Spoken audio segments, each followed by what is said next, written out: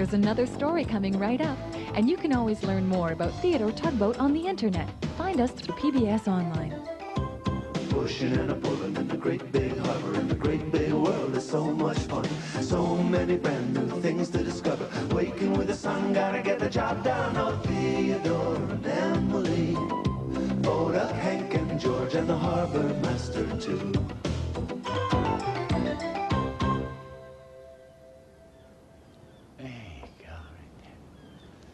Oh, hello. This is my bean plant. But it's not a bean plant yet. But it will be, and it's going to grow right out of that pot. Here, look. You see in here? You take these little beans, and you plant one right in here. And in no time at all, you've got a great big bean plant. It takes a little time. Nothing yet. How long is it going to take? You know, Theodore was asking himself that very question just the other day. Oh, not about my bean plant. He was wondering how long it was going to take for him to be bigger. Let me start at the beginning.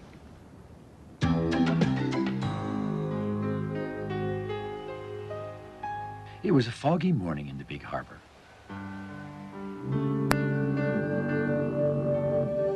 Theodore was just floating along, pretending he was flying through clouds. Suddenly, he heard Foduk's whistle.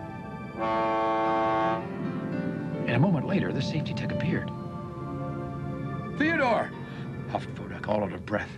"Emily has found a lost ship out on the ocean. She's bringing him into the harbor and needs your help immediately." "On my way," whistled Theodore.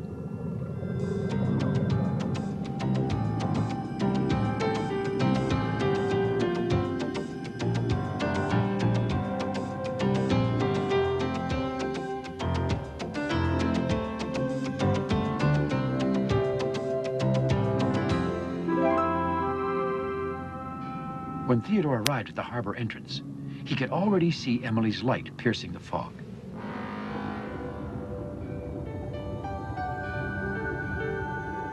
Theodore felt like he was bursting with questions for Emily. "How did you know where to find the lost ship, Emily?" he asked. "Oh," replied Emily, "I guess I just did."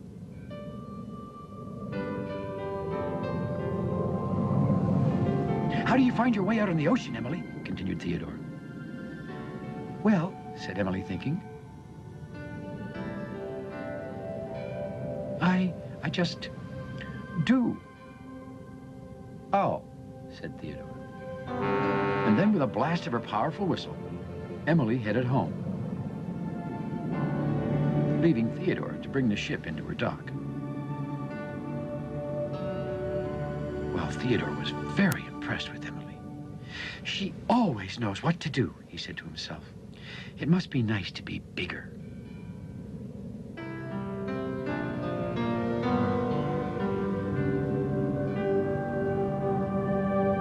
Theodore looked at Emily one more time. "When will I ever be bigger?" he said softly.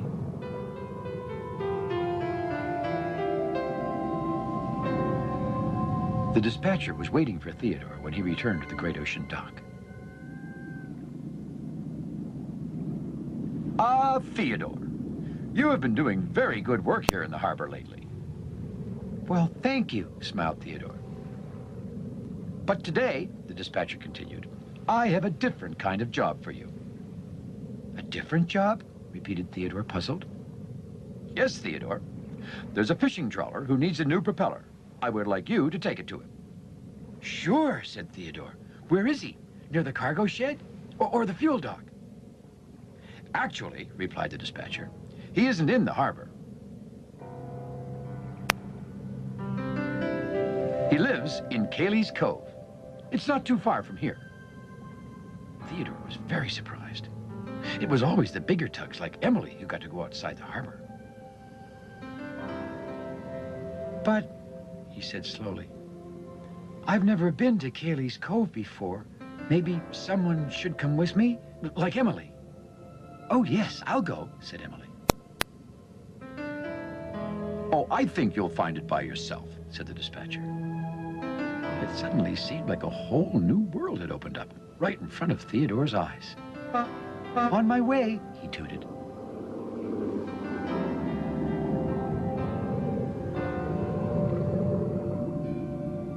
Well, in no time, Theodore had picked up the propeller and was off towards the ocean. Now, he had left the harbor before, but this time, well, this time felt different. It was a strange, new feeling, and Theodore wasn't exactly sure just what that new feeling was.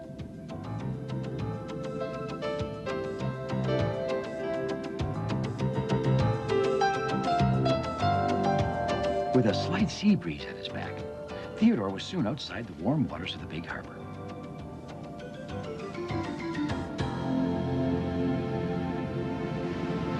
He could feel the powerful ocean waves beginning to pound against his hull. A whoosh, a whoosh, a whoosh. And his own powerful engine pushing him on, sure and steady.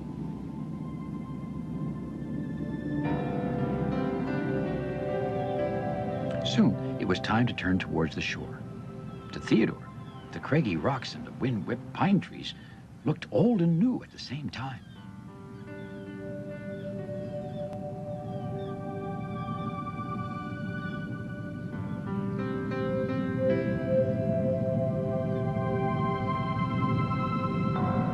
He rounded a rocky part of the shore, and there, nestled in against the coast, all dappled with sunlight, was a colorful little fishing village. That must be Ceilidhs Cove, Theodore said to himself. I did find it by myself, just like the dispatcher said. And again, there was that new feeling. But what was it?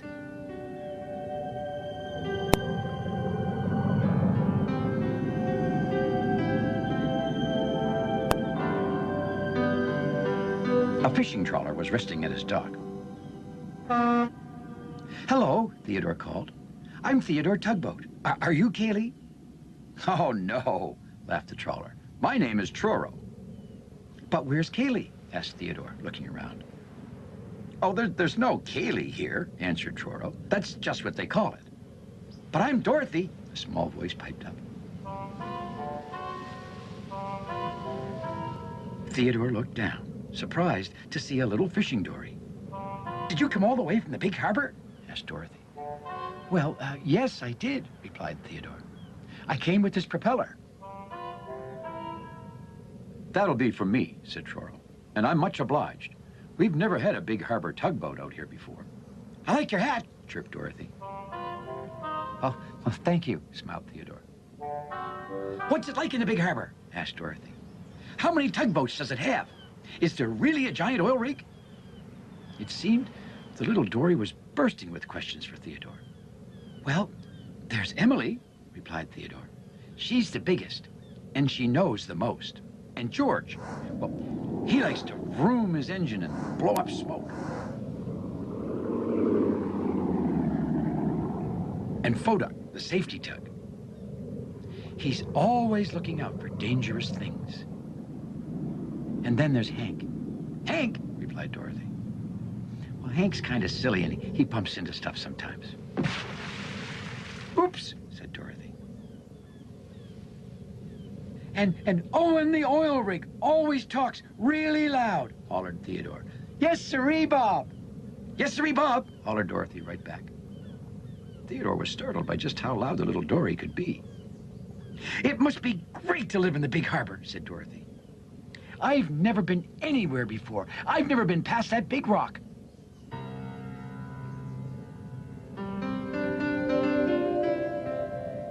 Well, Theodore thought about it for a moment, then he made a decision. Dorothy, would you like me to take you for a ride out on the ocean? Can I, Truro? Can I? Asked Dorothy. Sure, said Truro. Theodore is big enough to take care of you. Oh boy, oh boy, oh boy, oh boy, shouted Dorothy. She was so excited she began wiggling back and forth in front of Theodore. Let's go, Dorothy, said Theodore.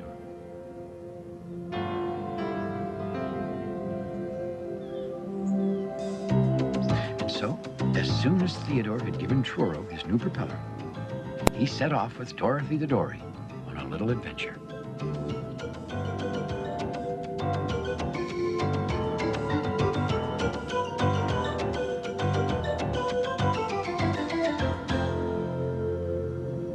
ocean's really big, isn't it? The water is much wetter, right? Where do the waves come from, Theodore? Dorothy was talking so fast, Theodore couldn't even answer. Are we lost, Theodore? Theodore looked around. Dorothy had been asking so many questions, he'd lost sight of land.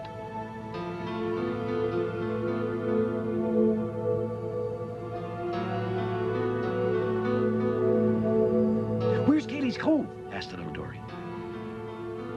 Theodore thought a moment.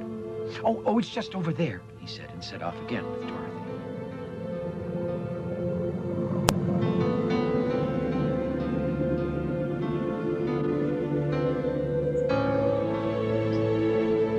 There it is! You found it, Theodore! You found it! Hooray! Sure enough, there was Cayley's Cove again, not too far away. Here we are, said Theodore. Dorothy felt like she was bursting with questions for Theodore. How did you know where to find Cayley's Cove? She asked. Oh, replied Theodore. I guess I just did. How do you find your way? Way out on the ocean, Theodore, continued Dorothy. Well, said Theodore, thinking, I just do. Then, with a powerful blast of his whistle, Theodore pulled Dorothy toward Cayley's Cove. Dorothy was very impressed with Theodore. You know everything, she said. It must be nice to be bigger. Well, Theodore didn't exactly know what to say, but then he smiled and swayed from side to side the way he always did when he was especially happy.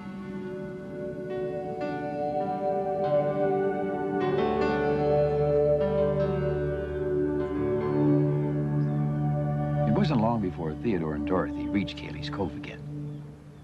Theodore could see it was getting late. It's time for me to go home now, he announced. Thanks again for bringing me my propeller, called Troro. Can you come and visit us again soon? Asked Dorothy. And show me more things? Sure, I will, said Theodore right away. And with a farewell toot-toot, he set off for home. The sun was just going down in a beautiful golden glow over the edge of the ocean. Theodore's engine was tired, but he felt happy. It had been a wonderful day, full of wonderful things to see and do. And suddenly, he had that new feeling again. The feeling he'd been having all day. And this time, he knew what that feeling was. It was a feeling of being bigger.